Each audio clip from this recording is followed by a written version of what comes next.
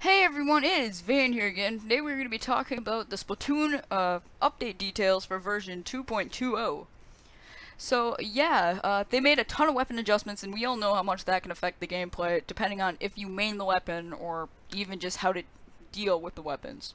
So let's start. They increased and decreased quite a bit of things, and they changed the game slightly. So let's take a look at these little things.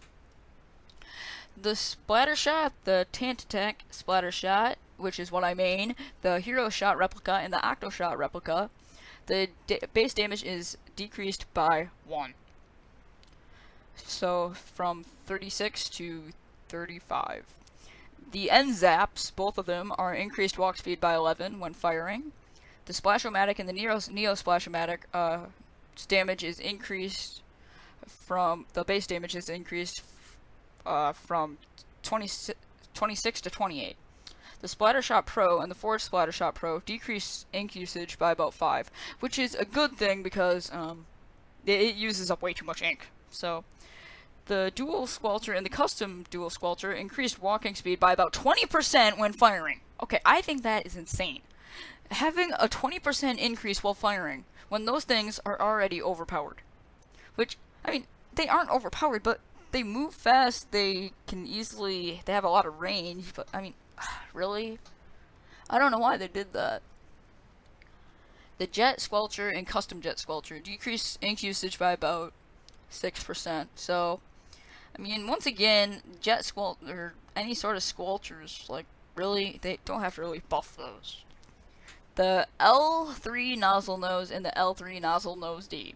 We all know these nozzle noses suck. So they increased the turf coverage by about 10%. Maybe I'll be willing to try it out again. And then again, maybe not because it's only 10%. But maybe, well, to be honest, the way turf wars go and how you can lose by 0.1%, or 0.1%, yeah, I guess I should probably try it. So the H3 nozzle nose. Okay, so increases range by about 15%, that's good. Increases turf coverage by about 15%, so that's good. So the Luna Blaster, Custom Blaster, Range Blaster, Custom, are all decreased. The maximum speed of the blast wave is from 125 to 80.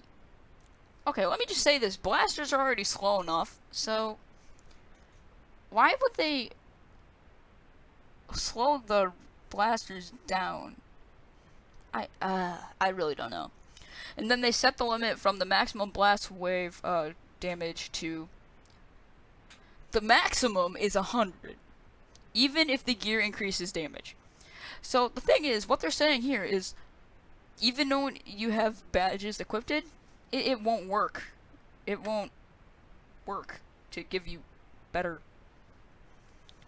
attack.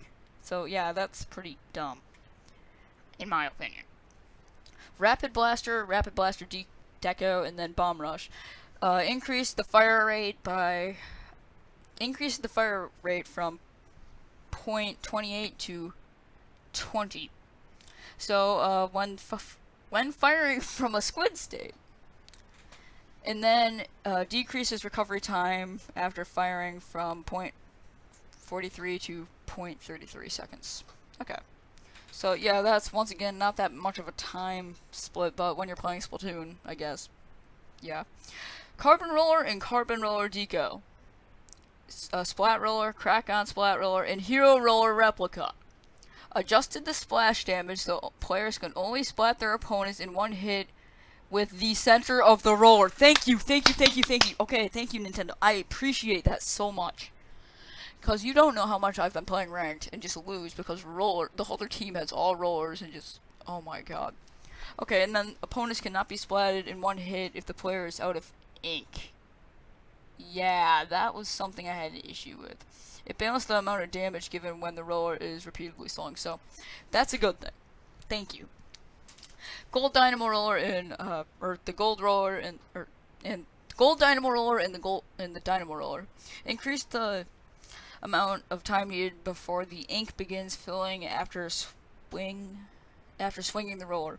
Adjusted to splash damage, players can only splat their opponents in one hit with the center of the roller, which makes sense because they did the same thing to the other ones.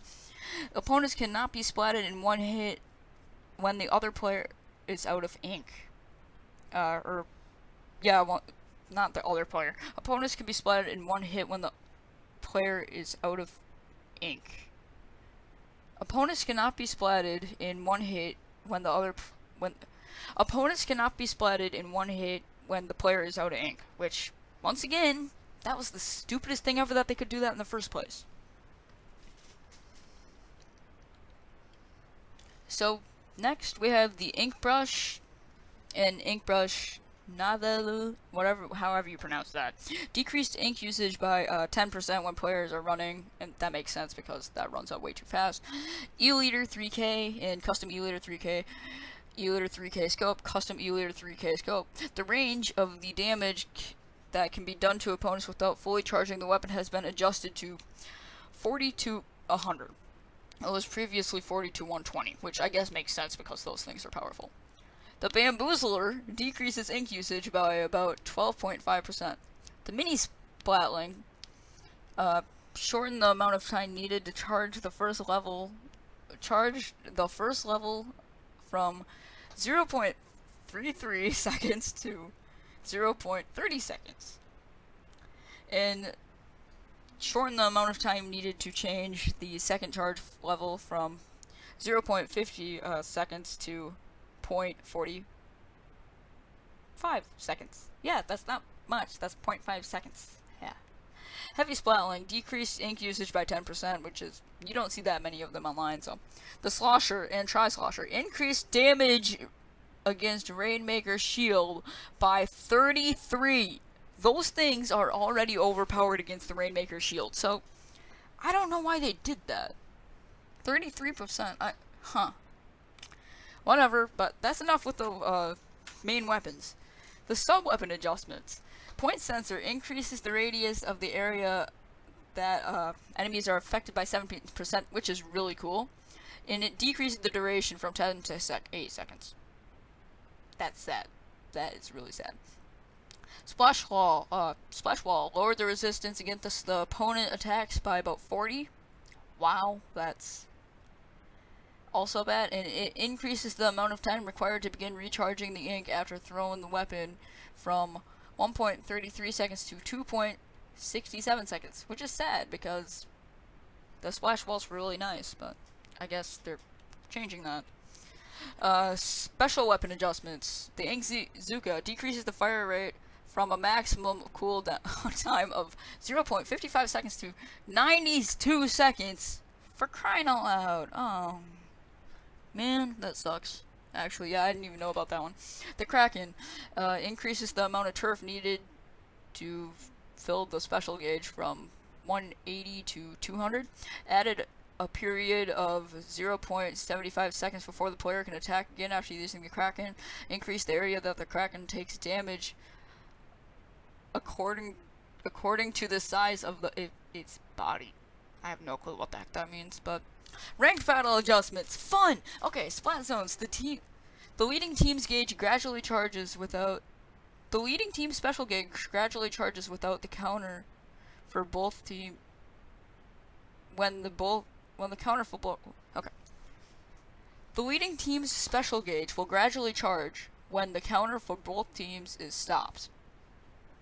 So the special gauge will charge faster when the counter is active. So the leading team's special gauge. Why the leading team? Why? Why? Like, that makes no sense. Tower control. The special gauge will automatically charge for the team that has control of the tower, regardless of who has the lead.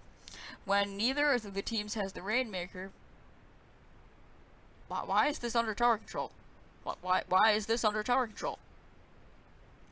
When neither of the teams have the Rainmaker, the special gauge will automatically charge gradually for the losing team. Okay, that's nice. The special gauge will charge automatically for the losing team. Decreases the speed at which the special gauge automatically increases. Increases the amount of knockback when players use Bubble and Kraken are hit from above or below. Changes the way in which the splash wall bounces off, thrown against the top of the pillar of the tower in order to increase the difficulty to place a splash wall on the tower while riding the tower.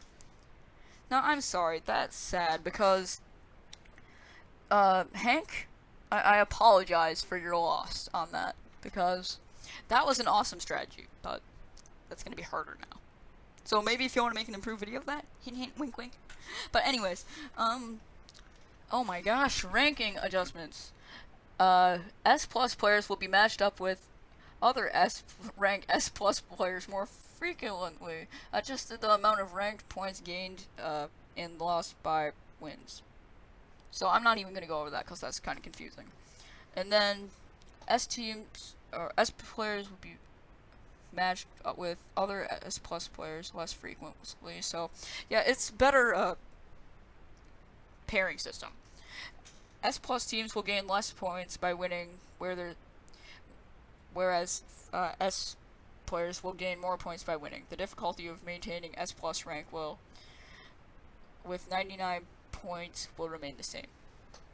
So yeah, that's all of the updates. That's quite a bit of nerfs, Nintendo. That's quite a bit to throw at us all at the same time. So, yeah, guys, I guess if you enjoyed this video, I mean, it was pretty darn boring just going over all this random crap that really affects people, but it was pretty boring and random, but yeah, thank you guys all for staying to the end of the video if you are here. Yeah, tell me what you guys think of the Splatoon updates in the comments below. If you main any weapons, I'm sorry for you, especially the rollers. Haha, suckers.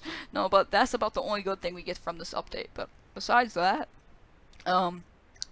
yeah, thank you guys all for watching. I appreciate it. Subscribe to my channel for more updates and stuff like this in the future. So, follow me on Twitter for updates on my channel and all that good stuff. If you're new to my channel, I do not usually do this kind of stuff. I just decided to do this because it's kind of important for Splatoon, and it's a lot, so yeah. So thank you guys all for watching, I very much appreciate it, and as usual, bye!